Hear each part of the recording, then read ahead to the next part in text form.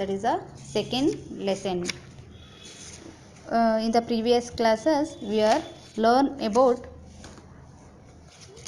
Bahmani Adil Shah. Bahmani kingdoms was also established in a 1347 common era. Kingdom in the northern part of Vijayanagara Empire in 1347. Its founder was a Alauddin Hasan Gangu Bahman Shah. Yes, 1347 common ಏರಾದಲ್ಲಿ ಅವರು ತಮ್ಮ ಆಳ್ವಿಕೆಯನ್ನು ಪ್ರಾರಂಭ ಮಾಡಿದ್ದು ಅಂತಲೇ ನಾವು ತಿಳ್ಕೊಂಡಿದ್ದೀವಿ. ಅದರಲ್ಲಿ ಬಹುಮನಿ ಸುಲ್ತಾನ್ಗಳು ಆಗಿರ್ತಕ್ಕಂತಹ ತಾಜುದ್ದೀನ್ ಫಿರೋಜ್ ಶಾ ಆ್ಯಂಡ್ ದೆನ್ ಮೊಹಮ್ಮದ್ ಗವಾನ್ ಅವ್ರ ಬಗ್ಗೆ ನಾವು ಪ್ರೀವಿಯಸ್ ಕ್ಲಾಸಲ್ಲಿ ತಿಳ್ಕೊಳ್ತಾ ಹೋಗಿದ್ದೀವಿ. So Bahmani sultans cultural contribution, Bahmani ಸುಲ್ತಾನರ ಒಂದು ಕಲ್ಚರಲ್ ಸಾಂಸ್ಕೃತಿಕ ಕೊಡುಗೆಗಳು ಏನು ಅನ್ನೋದ್ರ ಬಗ್ಗೆ ನಾವು ಇವತ್ತು ತಿಳ್ಕೊಳ್ತಾ ಹೋಗೋಣ. So education, first one is education. Bahmani sultans encouraged Islamic education. ಈ ಒಂದು ಬಹುಮನಿ ಸುಲ್ತಾನಿಗಳು ಏನಿದ್ರು ಇವರು ತಮ್ಮ ಶಿಕ್ಷಣ ವ್ಯವಸ್ಥೆಯಲ್ಲಿ ಇಸ್ಲಾಮಿಕ್ ಅಂದರೆ ಉರ್ದು ಶಿಕ್ಷಣ ಬಗ್ಗೆ ಅವರು ಹೆಚ್ಚು ಆದ್ಯತೆ ನೀಡ್ತಾ ಇರೋದನ್ನು ನಾವು ನೋಡ್ತಾ ಹೋಗ್ಬೋದು. And chanting of Quran was part of the education. ಇವರ ಒಂದು ಕುರಾನ್ ಪಠಣ ಮಾಡ್ತಕ್ಕಂಥದ್ದು ಈ ಶಿಕ್ಷಣದ ಒಂದು ಮುಖ್ಯ ಉದ್ದೇಶ ಆಗಿತ್ತು, ಭಾಗ ಆಗಿತ್ತು ಅಂತಲೇ ನಾವು ಹೇಳ್ತಾ ಹೋಗ್ಬೋದು. Kalaburagi, Bidar and Ellichpur and then Daulatabad and others were the Islamic educational centres during their region. ಅವರ ಒಂದು ವಿದ್ಯಾಸಂಸ್ಥೆಗಳು, ವಿದ್ಯಾಕೇಂದ್ರಗಳು ಕಲಬುರ್ಗಿ, ಬೀದರ್ ಮತ್ತು ಎಲಿಚಾಪುರ್ ಆ್ಯಂಡ್ ದೌಲತಾಬಾದ್ ಮುಂತಾದ ನಗರಗಳಲ್ಲಿ ತಮ್ಮದೇ ಆದಂತಹ ಇಸ್ಲಾಮಿಕ್ ವಿದ್ಯಾಕೇಂದ್ರಗಳನ್ನು ಅವರು ಸ್ಥಾಪನೆ ಮಾಡಿರೋದನ್ನು ನಾವು ನೋಡ್ತಾ ಹೋಗ್ಬೋದು. And then literature. Literary activities were greatly encouraged by Bahmani sultans and they sheltered many philosophers, poets and writers.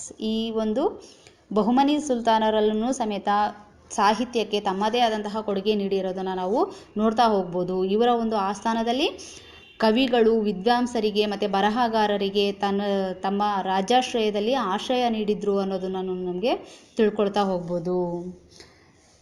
Mohammed Shah second and Firoz Shah and Mohammad Gawan were writers and ministers, poet. ಅದರಲ್ಲೇನೇನೆ ನಾವು ಏನು ಹೇಳ್ಬೋದು, ಇವರು ಫಿರೋಜ್ ಶಾ ಇರ್ಬೋದು, ಎರಡನೇ ಮೊಹಮ್ಮದ್ ಶಾ ಆಗಿರ್ಬೋದು ಮತ್ತು ಮೊಹಮ್ಮದ್ ಗವಾನ್ ಆಗಿರ್ಬೋದು, ಇವರುಗಳೂ ಸಮೇತ ಬರಹಗಾರರಾಗಿದ್ದರು, ಕವಿಗಳಾಗಿದ್ದರು ಅನ್ನೋದ್ರ ಬಗ್ಗೆನೂ ನಾವು ತಿಳ್ಕೊಂಡಿದ್ದೀವಿ. During the region Persian, Arabic and Urdu literatures were developed. ಇವರ ಒಂದು ಭಾಗದಲ್ಲಿ ಇವರು ಪರ್ಷಿಯನ್ ಮತ್ತು ಅರೇಬಿಕ್ಕು, ಉರ್ದು ಭಾಷೆಗಳಲ್ಲಿ ತಮ್ಮ ಸಾಹಿತ್ಯವನ್ನು ಬರೆದು ಈ ಸಾಹಿತ್ಯ ಬೆಳವಣಿಗೆ ಮಾಡಿರೋದನ್ನು ನಾವು ನೋಡ್ತಾ ಹೋಗ್ಬೋದು. ಆ್ಯಂಡ್ ದೆನ್ ಸ್ಕಲ್ಪ್ಚರ್ ಮೀನ್ಸ್ ವಾಸ್ತುಶಿಲ್ಪ ಅಂತ ಹೇಳ್ತಾ ಹೋಗ್ತೀವಿ. ಇವರ ಒಂದು ಸ್ಕಲ್ಪ್ಚರ್ ಹೇಗಿತ್ತು. The history of Bahmani dynasties is famous for sculpture and architecture ಅಂತಲೇ ಹೇಳ್ಬೋದು ನಾವು. ಅಂದರೆ ಇವರ ಒಂದು ಕಾಲದಲ್ಲಿ ಬಹುಮನಿಗಳು ಇತಿಹಾಸ ವಾಸ್ತುಶಿಲ್ಪಕ್ಕೆ ಹೆಸರಾಗಿರೋದನ್ನೇ ನಾವು ನೋಡ್ತಾ ಹೋಗ್ಬೋದು. Monuments in Bidar, Kalaburagi and other places are in Indo Islamic style, Islam style. ಇವರ ಒಂದು ಕಟ್ಟಡಗಳು ಏನಿದೆ ಇವೆಲ್ಲನೂ ಬೀದರಲ್ಲಿ ನೋಡ್ಬೋದು, ಕಲಬುರ್ಗಿಯಲ್ಲಿ ನೋಡ್ಬೋದು, ಮುಂತಾದ ಸ್ಥಳಗಳಲ್ಲಿ ಇವರ ಕಟ್ಟಡಗಳು ಹಿಂದೂ ಮತ್ತು ಮುಸ್ಲಿಂ ಶೈಲಿಯಲ್ಲಿರೋದನ್ನು ನಾವು ನೋಡ್ತಾ ಹೋಗ್ಬೋದು. ಅಂದರೆ ಹಿಂದುತ್ವದ ಬಗ್ಗೆನೂ ಅವ್ರಿಗೆ ಅಭಿಮಾನ ಇತ್ತು, ಹಿಂದೂ ಒಂದು ಕಲೆಯನ್ನೂ ಸಮೇತ ಅವರ ಒಂದು ಕಟ್ಟಡಗಳಲ್ಲಿ ನಾವು ನೋಡ್ತಾ ಹೋಗ್ಬೋದಾಗಿತ್ತು. ಅದ್ರ ಜೊತೆ ಮುಸ್ಲಿಂ ಶೈಲಿಯಲ್ಲೂ ಸಮೇತ ಅವರು ತಮ್ಮದೇ ಆದಂತಹ ಕಟ್ಟಡ ನಿರ್ಮಾಣಗಳಲ್ಲಿ ವಾಸ್ತುಶಿಲ್ಪವನ್ನು ನಾವು ನೋಡ್ಬೋದು. It is familiar as A ದಕ್ಷಿಣ್ ಸ್ಟೈಲ್ ಆಲ್ಸೋ. ಈ ಒಂದು ಇದು ದಖನಿ ಶೈಲಿ ಅಂತಲೇ ಪರಿಚಿತ ಆಗಿರೋದನ್ನು ನಾವು ನೋಡ್ತಾ ಹೋಗ್ಬೋದು. ದಖನಿ ಸ್ಟೈಲ್ ಅಂತಲೇ ಹೇಳ್ಬೋದು. ಅಂದರೆ ಹಿಂದೂ ಮತ್ತು ಮುಸ್ಲಿಂ ಒಂದು ಎರಡೂ ಶೈಲಿಯಿಂದ ಯೂಸ್ ಮಾಡಿರ್ತಕ್ಕಂಥದ್ದನ್ನು ನಾವು ದಖನಿ ಸ್ಟೈಲ್ ಅಂತಲೇ ನಾವು ಹೇಳ್ತಾ ಹೋಗ್ಬೋದು. So Bahmani, the first constitution of Bahmanis is Jamia Masjid of Kalaburagi and Mohammad Shah's built it. ಇವರ ಒಂದು ಮೊದಲ ರಚನೆ ಯಾವುದು ಅಂತ ಅಂದರೆ ಕಲಬುರ್ಗಿಯಲ್ಲಿರ್ತಕ್ಕಂತಹ ಜಾಮಿ ಮಸೀದಿ ಅಂತಲೇ ಹೇಳ್ಬೋದು. ಕಲಬುರ್ಗಿಯಲ್ಲಿರ್ತಕ್ಕಂತಹ ಜಾಮಿ ಮಸೀದಿ ಇದು ಮೊಹಮ್ಮದ್ ಶಾನ ಕಾಲದಲ್ಲಿ ರಚನೆ ಆಗಿರೋದನ್ನು ನಾವು ನೋಡ್ತಾ ಹೋಗ್ಬೋದು. ಈ ಒಂದು ಗುಮ್ಮಟದಲ್ಲಿ ಈ ಒಂದು ಯಾವುದಿದೆ ಕಟ್ಟಡ ಏನಿದೆ, ಈ ಕಟ್ಟಡದಲ್ಲಿ ನಾವು ಚಿಕ್ಕ ಚಿಕ್ಕ ಗುಮ್ಮಟಗಳನ್ನು ಹೊಂದಿರೋದನ್ನು ನಾವು ನೋಡ್ತಾ ಹೋಗ್ಬೋದು. ಮತ್ತು ಈ ಸಭಾಂಗಣ ತುಂಬಾ ಆಕರ್ಷಕವಾಗಿದೆ ಅಂತಲೇ ನಾವು ಹೇಳ್ತಾ ಹೋಗ್ಬೋದು. And then Bidar Solakhamba mosque and beautiful places in the fort are famous. ಈ ಬೀದರ್ನ ಸೋಲಾಖಾವ್ ಮಸೀದಿ ಅಂತಕ್ಕಂಥದ್ದನ್ನು ಸಮೇತ ಈ ಕೋಟೆಯೊಳಗನೆ ಇರ್ತಕ್ಕಂತಹ ಅರಮನೆಗಳು ತುಂಬಾ ಪ್ರಸಿದ್ಧಿಯಾಗಿರೋದನ್ನು ನಾವು ನೋಡ್ತಾ ಹೋಗ್ಬೋದು. ಈ ಕಟ್ಟಡಗಳಲ್ಲಿ ನಾವು ಕೆತ್ತನೆ ಮಾಡಿರ್ತಕ್ಕಂತಹ ಅಲಂಕಾರಗಳಿರ್ಬೋದು, ಮರದಲ್ಲಿ ಮಾಡಿರ್ತಕ್ಕಂತಹ ಕುಸುರಿ ಕೆಲಸಗಳಿರ್ಬೋದು, ಇವೆಲ್ಲನೂ ತುಂಬಾ ಆಕರ್ಷಕವಾಗಿವೆ ಅಂತಲೇ ನಾವು ಹೇಳ್ತಾ ಹೋಗ್ಬೋದು. And then the prominent monument of the Bahumani kingdom is the madrasa, which was built by Muhammad Gawan. It is 242 feet wide and 222 feet long and 56 feet height and 3-storied buildings. The building, which is more than 5 centuries old, appears to be declaring its glory. ಈ ಒಂದು ಮೊಹಮ್ಮದ್ ಗವಾನಲ್ಲಿ ಕಟ್ಟಿಸಿರ್ತಕ್ಕಂತಹ ಮದರಸಾ ಏನಿದೆ, ಇದು ಒಂದು 242 ಅಡಿ ಉದ್ದ ಇರ್ತಕ್ಕಂಥದ್ದು ಮತ್ತು 222 ಅಡಿ ಅಗಲ ಆಗಿರೋದು ಮತ್ತು 56 ಅಡಿ ಎತ್ತರ ಇದ್ದು ಮತ್ತು 3 ಅಂತಸ್ತುಗಳನ್ನು ಒಳಗೊಂಡಿದೆ. ಇದು ನಮ್ಮ ಕರ್ನಾಟಕದಲ್ಲೇನೆ ಅತಿ ದೊಡ್ಡದು ಅಂತಲೇ ನಾವು ಹೇಳ್ಬೋದು. ಇದು 5 ಶತಮಾನಕ್ಕೂ ಹಿಂದೆ ಮಾಡಿರ್ತಕ್ಕಂತಹ ಮದರಸಾ ಕಟ್ಟಡ ತನ್ನದೇ ಆದಂತಹ ಒಂದು ಘನತೆಯನ್ನು ಸಾರಿ ಹೇಳೋದನ್ನು ನಾವು ಇಲ್ಲಿ ನೋಡ್ತಾ ಹೋಗ್ಬೋದು ಮಕ್ಕಳ. ಸೊ ಬೀದರಲ್ಲಿ ಇರ್ತಕ್ಕಂತಹ ಒಂದು ಗವಾನನ ಮದರಸಾ ಅನ್ನೋದು ತುಂಬಾ ಫೇಮಸ್ ಆಗಿರೋದನ್ನು ನಾವು ನೋಡ್ತಾ ಹೋಗ್ಬೋದು. ಆ್ಯಂಡ್ ದೆನ್ ಶಾಸ್ ಡೈನಸ್ಟೀಸ್, ಶಹಾಗಳು, ಇವರ ಒಂದು ಸುಲ್ತಾನರು ಆದಮೇಲೆ ಶಾಹಿಗಳು ಅಂತಕ್ಕಂಥವ್ರು ತಮ್ಮ ಆಡಳಿತಕ್ಕೆ ಬರೋದನ್ನು ನಾವು ನೋಡ್ತಾ ಹೋಗ್ತೀವಿ. After Mohammad Gawan, Bahmani kingdom did not continue its rule strongly.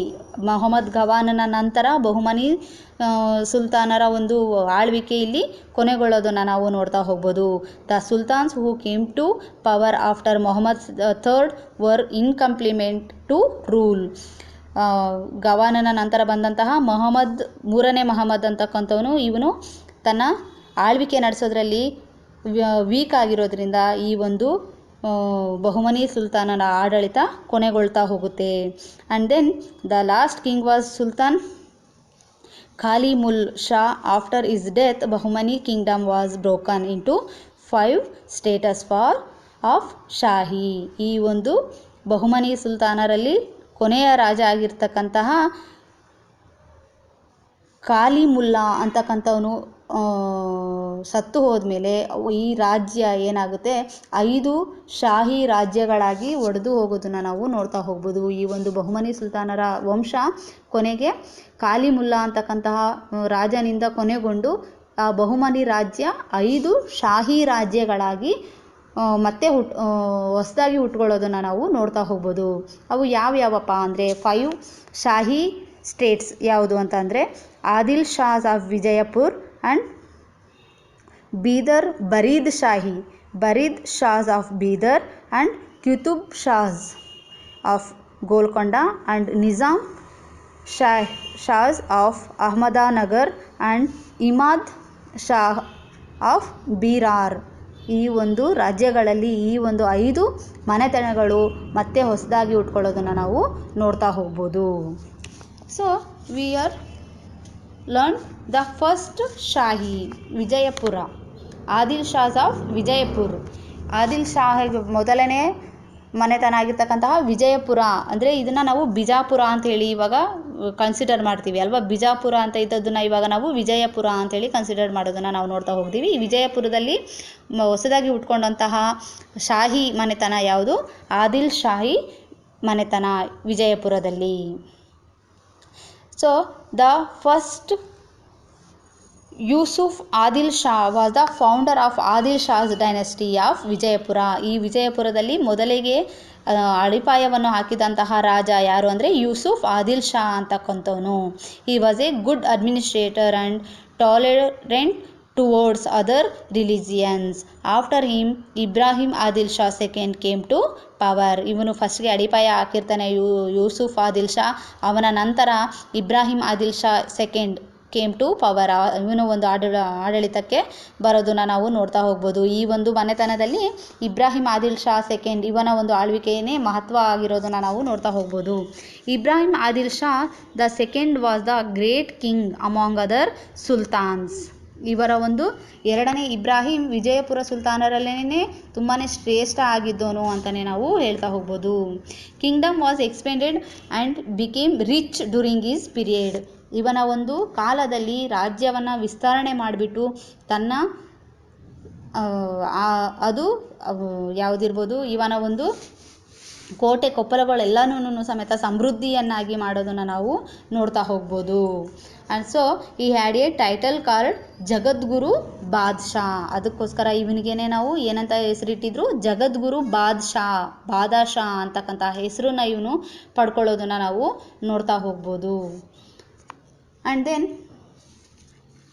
he wrote a book called ಕಿತಾಬ್-ಇ-ನವರಸ. ಇವನು ಒಂದು ಬುಕ್ಕನ್ನು ಸಮೇತ ಬರೆದಿದ್ದಾನೆ. ಯಾವುದು? ಉರ್ದು ಭಾಷೆಯಲ್ಲಿ ಕಿತಾಬ್-ಇ-ನವರಸ್ ಅಂತಕ್ಕಂತಹ ಒಂದು ಬುಕ್ಕನ್ನು ಇವನು ಬರೆದಿರೋದನ್ನು ಸಮೇತ ನಾವು ನೋಡ್ತಾ ಹೋಗ್ಬೋದು. So he himself was a great musician. ಇವನು ತನ್ನದೇ ಆದಂತಹ ಸಂಗೀತಗಾರನೂ ಸಮೇತ ಆಗಿದ್ದ ಅಂತಲೂ ನಾವು ಹೇಳ್ತಾ ಹೋಗ್ಬೋದು.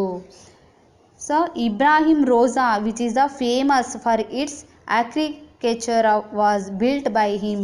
ಇವನ ಒಂದು ಕಾಲದಲ್ಲಿ ಭವ್ಯ ವಾಸ್ತುಶಿಲ್ಪವಾದಂತಹ ಇಬ್ರಾಹಿಂ ರೋಜಾ ಅಂತಕ್ಕಂತಹ ಒಂದು ಕಟ್ಟಡವನ್ನು ಇವನು ವಿಜಯಪುರದಲ್ಲಿ ಸ್ಥಾಪನೆ ಮಾಡಿರೋದನ್ನು ನಾವು ನೋಡ್ತಾ ಹೋಗ್ಬೋದು. And second one is Barid Shahi of Bidar. ಎರಡನೇ ವಂಶ ಯಾವುದು?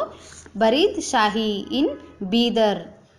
ಬೀದರಲ್ಲಿ ಸ್ಥಾಪನೆಗೊಂಡಂತಹ ಬರೀದ್ ಶಾಹಿ ಅಂತಕ್ಕಂತಹ ಒಂದು ಮನೆತನವನ್ನು ನಾವು ನೋಡ್ತಾ ಹೋಗೋದಾದರೆ, when Bahmani state was scattered into many province, Barid Shahs ruled Deccans, Bidar and other region around it. ಈ ಬಹುಮನಿ ರಾಜ್ಯ ಹರಿದು ತನ್ನ ಆಳ್ವಿಕೆಯನ್ನು ಮಾಡ್ತಾ ಹಂಚಿ ಹೋದಾಗ ದಕ್ಕನ್ನಿನ ಬೀದರ್ ಭಾಗದಲ್ಲಿ ಇರ್ತಕ್ಕಂತಹ ಸುತ್ತಮುತ್ತಲ ಪ್ರದೇಶಗಳನ್ನು ಆಳ್ವಿಕೆ ಮಾಡಿದವರು ಯಾರು? ಈ ಬರೀದ್ ಶಾಹಿಗಳು ಅಂತಲೇ ನಾವು ಹೇಳ್ತಾ ಹೋಗ್ಬೋದು. Qasim Barid was the founder of this dynasty. Qasim Barid ಅಂತಕ್ಕಂಥವನು ಈ ಒಂದು ವಂಶದ ಮನೆತನದ ಸ್ಥಾಪಕ ಅಂತಲೇ ನಾವು ಹೇಳ್ತಾ ಹೋಗ್ಬೋದು. After Ibrahim and his brother Qasim who ruled Bidar. ಇವನ ಒಂದು ನಂತರ ಆಳ್ವಿಕೆಗೆ ಬಂದವರು ಇಬ್ರಾಹಿಂ ಮತ್ತು ಅವನ ಬ್ರದರ್ ಆಗಿರ್ತಕ್ಕಂಥ ಕಾಸಿಂ ಅಂತವನು ಆಳ್ವಿಕೆ ಮಾಡೋದನ್ನು ನಾವು ನೋಡ್ತಾ ಹೋಗ್ತೀವಿ. So because of their inner conflicts this dynasty declined. Then Ibrahim Adil Shah and Bijapur captured Bidar. Like this, Barid Shah kingdom was merged into Ibrahim's Bijapur state. ಈ ಒಂದು ಇವರ ಇಲ್ಲಿ ಏನಾಗುತ್ತಪ್ಪ ಅಂದರೆ ಮನೆತನದ ಫಸ್ಟು ಕಾಸಿಂ ಬರೀದ್ ಅಂತವನು ಸ್ಥಾಪನೆಯನ್ನು ಮಾಡ್ತಾನೆ. ಇವನ ನಂತರ ಬಂದಂತಹ ಇಬ್ರಾಹಿಂ ಮತ್ತು ಆತನ ತಮ್ಮ ಕಾಸಿಮರು ಅಸಮರ್ಥರಾಗಿರ್ತಾರೆ ಆಳ್ವಿಕೆ ಮಾಡಿಸೋದ್ರಲ್ಲಿ. ಇವರ ಒಂದು ಕಚ್ಚಾಟದಿಂದನೇ ಏನಾಗುತ್ತೆ, ಬರೀದ್ ಶಾಹಿ ಮನೆತನ ಅವನತಿಯತ್ತ ಸಾಗೋದನ್ನು ನಾವು ನೋಡ್ತಾ ಹೋಗ್ಬೋದು. ಇಂತಹ ಸಮಯದಲ್ಲಿ ಇಬ್ರಾಹಿಂ ಆದಿಲ್ ಶಾ ಬೀದರನ್ನು ವಶಪಡಿಸ್ಕೊಳ್ತಾನೆ. ಆವಾಗ ಈ ಬರೀದ್ ಶಾಹಿ ರಾಜ್ಯ ಇಬ್ರಾಹಿಂನ ವಿಜಯಪುರ ರಾಜ್ಯದಲ್ಲಿ ವಿಲೀನ ಆಗೋದನ್ನು ನಾವು ನೋಡ್ತಾ ಹೋಗ್ಬೋದು. ಅವರ ಒಂದು ಕೈ ಹಿಡಿತದಲ್ಲಿ ಅದು ಬರೀದ್ ಶಾಹಿ ಮನೆತನ ಸೇರಿಕೊಳ್ಳೋದನ್ನು ನಾವು ನೋಡ್ತಾ ಹೋಗ್ಬೋದು. And then Golconda, Qutub Shah of Golconda. Qutub ಶಾಹಿಗಳು ಮೂರನೇ ಒಂದು ಮನೆತನ ಯಾವುದು? ಕುತುಬ್ ಶಾಹ್ ಆಫ್ ಗೋಲ್ಕೊಂಡ ಅಂತಲೇ ಹೇಳ್ಬೋದು. ಈ ಒಂದು ಮನೆತನದಲ್ಲಿ ಕೂಲಿ Qutub Shah he was the founder of independent Golconda state. ಗೋಲ್ಕೊಂಡರ ಒಂದು ರಾಜ್ಯದಲ್ಲೇನೆ ಈ ಒಂದು ಯಾರು ಕುಲಿ ಕುತುಬ್ ಶಾ ಅಂತಕ್ಕಂಥವನು ಫೌಂಡರ್ ಆಗ್ತಾನೆ, ಸ್ಥಾಪಕ ಆಗ್ತಾನೆ. He ruled the state with good administration and in 1543 common era he was killed by his own son. ಇವನ ಒಂದು ಸ್ಥಾಪನೆ ಮಾಡಿರ್ತಕ್ಕಂತಹ ಕುಲಿ ಕುತುಬ್ ಶಾ ಅಂತಕ್ಕಂಥವನು ಸುದೀರ್ಘ ಕಾಲ ತನ್ನದೇ ಆದಂತಹ ಆಳ್ವಿಕೆಯನ್ನು ಉತ್ತಮವಾಗಿ ನಡೆಸ್ಕೊಂಡು ಹೋಗೋದನ್ನು ನಾವು ನೋಡ್ತಾ ಹೋಗ್ಬೋದು. ಆದರೆ ಕ್ರಿಸ್ತಶಕ 1543ರಲ್ಲಿ ತನ್ನೊಬ್ಬ ಮಗನಿಂದನೇ ಇವನು ಕೊಲೆ ಆಗೋದನ್ನು ನಾವು ನೋಡ್ತಾ ಹೋಗ್ತೀವಿ. And then ruled Ibrahim for Qutub Shahi in Golconda.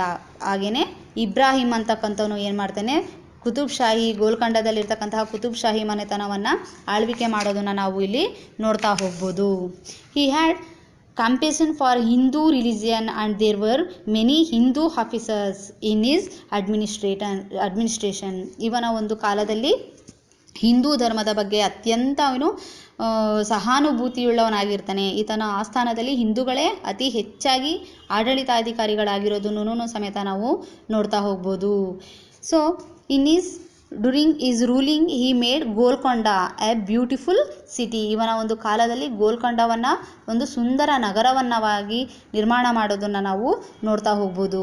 After in Abdul Qutub Shah, Abdul Hasan and others came to power. ಇವನ ನಂತರ ಯಾರ್ಯಾರು ಬರ್ತಾರಪ್ಪ ಆಳ್ವಿಕೆಗೆ ಅಂತಂದರೆ, ಇಬ್ರಾಹಿಂನ ನಂತರ ಅಬ್ದುಲ್ಲಾ ಕುತುಬ್ ಶಾ ಮತ್ತು ಅಬ್ದುಲ್ ಹಸನ್ ಅಂತಕ್ಕಂಥವ್ರು ಆಳ್ವಿಕೆಗೆ ಬಂದು ಇವರು ಅಸಮರ್ಥರಾಗಿರೋದ್ರಿಂದ ಗೋಲ್ಕೊಂಡ ಮೊಘಲರಿಗೆ ಶರಣಾಗೋದನ್ನು ನಾವು ನೋಡ್ತಾ ಹೋಗ್ಬೋದು. This kings and later Golconda surrendered to the Mughals. ಮೊಘಲರಿಗೆ ಈ ಒಂದು ರಾಜ್ಯ ವರ್ಗಾವಣೆ ಆಗೋದನ್ನು ನಾವು ನೋಡ್ತಾ ಹೋಗ್ತೀವಿ. And then Nizam Shahi, fourth one is Nizam Shahi. ನಾಲ್ಕನೇ ಮನೆತನ ಯಾವುದು? Nizam Shahi. In the next class I will continue the Nizam Shahi of Ahmednagar. Okay, thank you, bye.